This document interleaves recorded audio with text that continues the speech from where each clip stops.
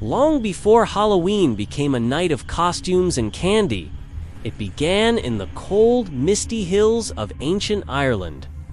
Over 2,000 years ago, the Celts celebrated a festival called Samhain, marking the end of the harvest and the beginning of winter, a season they believed belonged to the dead.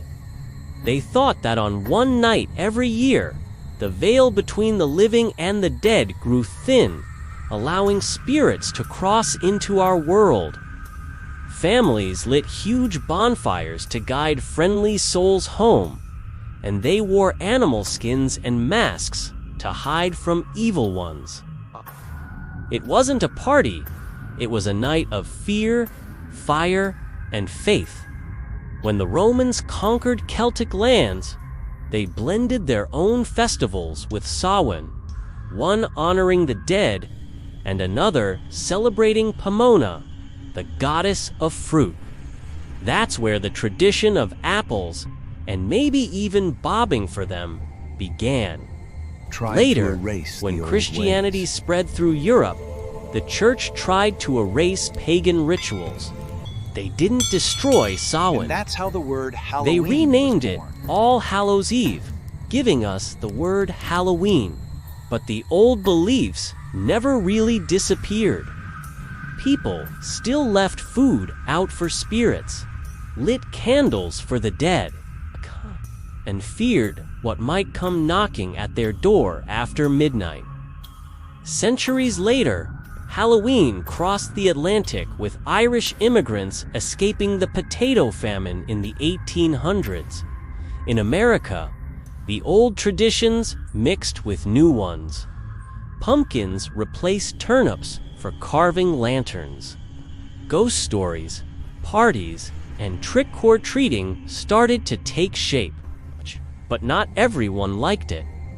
Many early Americans, especially conservative Christian groups, saw Halloween as devil worship, a remnant of dark pagan magic. By the early 1900s, Halloween had a bad reputation. Kids vandalized property, adults got drunk, and chaos spread every October 31st. In several U.S. towns, officials tried to ban Halloween altogether. Newspapers called it a night of mischief and sin. During World War II, sugar was rationed, so candy, the heart of trick-or-treating, disappeared. The holiday nearly died out.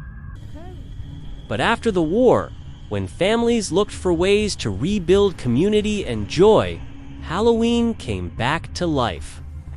Parents replaced pranks with safe, supervised trick-or-treating. Candy companies saw an opportunity and turned it into a billion-dollar business. The Night of the Dead became a night for fun.